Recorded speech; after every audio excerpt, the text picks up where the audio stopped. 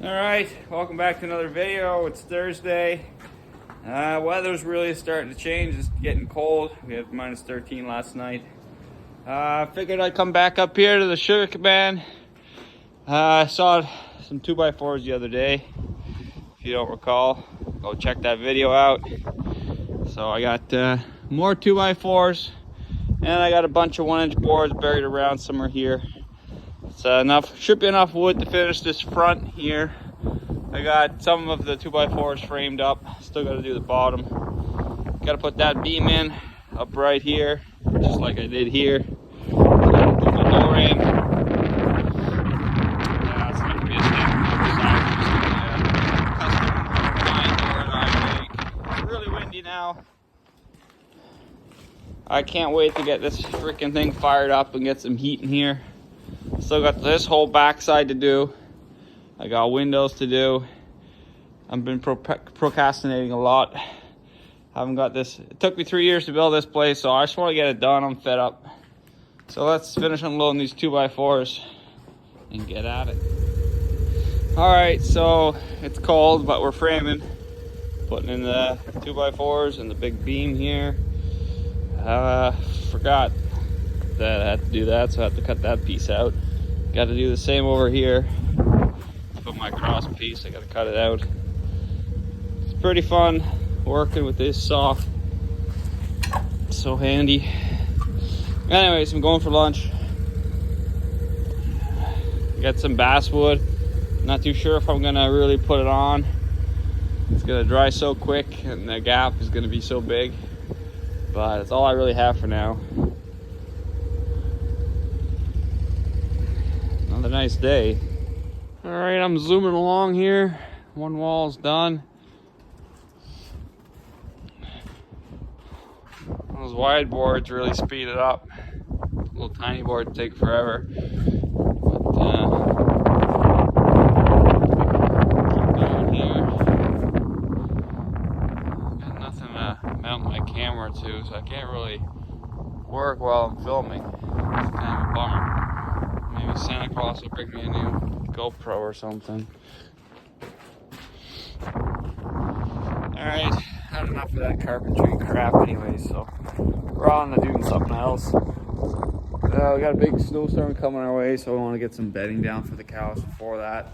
First, we got to take all the remember the last, well, I don't think I filmed that, but yesterday when I was blowing all the straw, it wouldn't come out because there's so much knit wrap around it. So still does a good job, but I've noticed lately it hasn't been doing very good, so it's time to take some of this off and get ready for that snowstorm.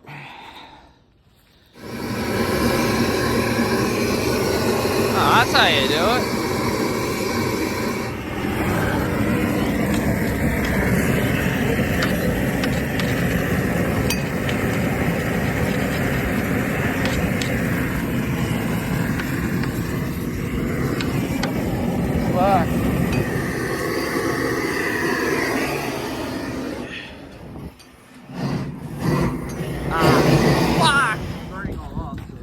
That's the problem sometimes, it just catches on this rubber belt and the belt starts to burn. Okay, almost got away on us. Not the first time. As you can see, this sucker caught fire before. It wasn't me though. I didn't do it. We had a pretty good bonfire going though. I'm gonna have to set it off again. Get really to the bottom of it. The fire extinguisher came out. There was a lot of straw in the back here, and they heated up, and she almost went. My God, I think almost got a hydraulic line. Whew.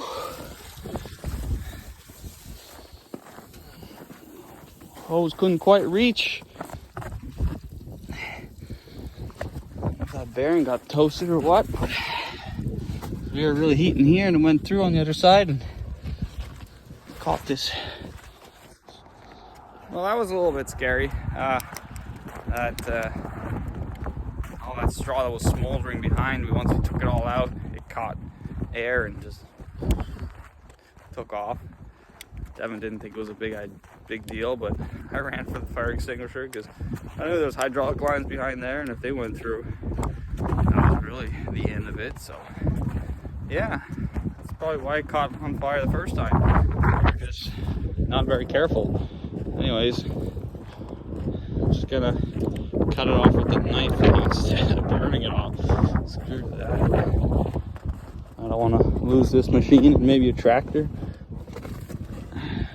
It's almost all off anyways. All right, it's all clean. That's what it looks like when it's clean. It was quite the ordeal. All right, just making sure nothing leaks after that fire. I think it's just a little bit of water that's leaking there now. Heated up ice. Anyways, so that's what it's like when we go down the road. Our hay barn, our straw barn's just about empty. Got a lot of second cut in here for the sheep.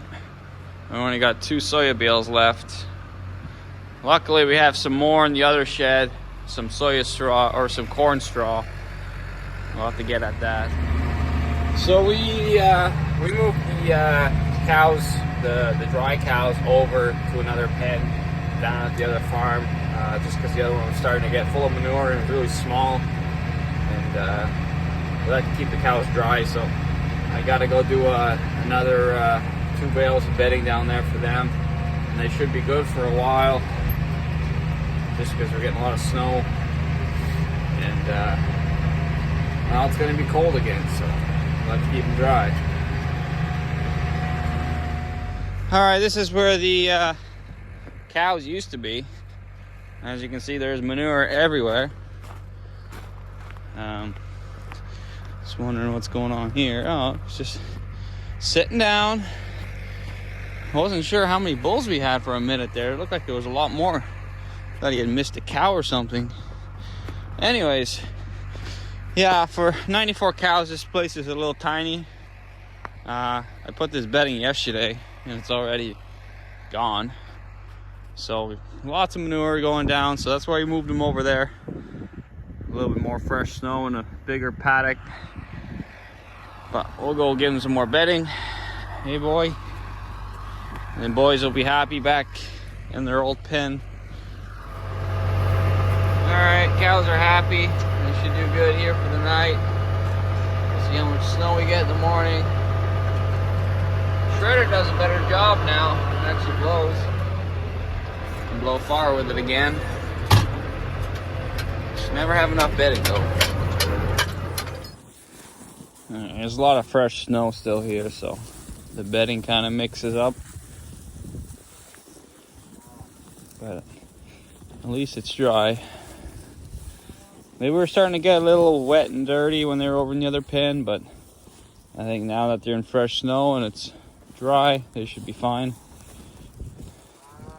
They're eating a lot of hay now, 3 bales a day. We might have to go up to 4, I think. They eat more when it's when the weather's coming. They can tell. Some of this hay is a little coarse too.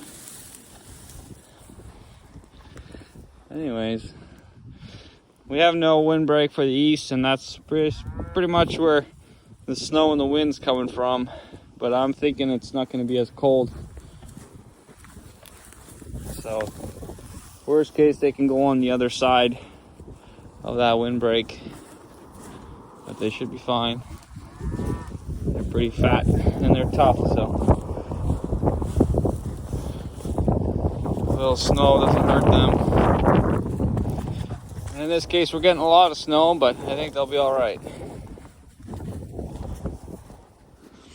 I remember hearing stories about, like, I forget where it was, somewhere in the States, out in the prairies there. They had, like, super cold weather and, like, feet and feet of snow. And they lost, like, hundreds of cows. They were just all went down in the valley and they all got buried with snow and stuff like that. So like, that's some crazy stuff. Like, I don't know if we ever have weather like that before. I don't know if we'll ever have it again. But like, it's pretty crazy sometimes, the weather. You never know what's gonna happen, and we're always, you know, so calm about it. But you never know. Big snowstorm. You know, we get blowing winds with snow when it's like -30. You know, just like that. Cows would be in real big danger in a hurry. So obviously, I'm not saying that's gonna happen today or tomorrow, but it's always a good thing to keep in the back of your mind that, you know, weather can turn pretty quick, especially when you're in Canada. As for these guys, they're happy now because they're right next to their moms, but their bedding's, they're dry, they're good. So we're just down to one feeder now. We put old silage and hay in one feeder.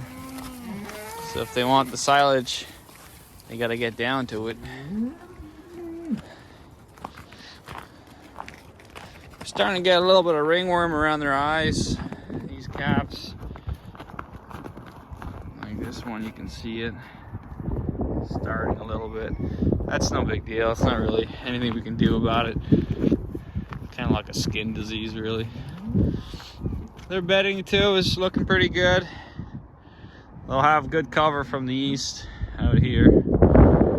Hopefully we don't come back to some buried cows, you know, 3 feet of snow or 3 meters of snow. So they're good here. Haven't heard much coughing. It's a good sign. We usually get a couple with pneumonia. We lost one, I think it was last year. Just a wet fall. And he kind of hit on us and we didn't see him and we lost him. But so far so good here. Some nice looking calves, I gotta say. He's a nice one. Well, this is our replacement bull.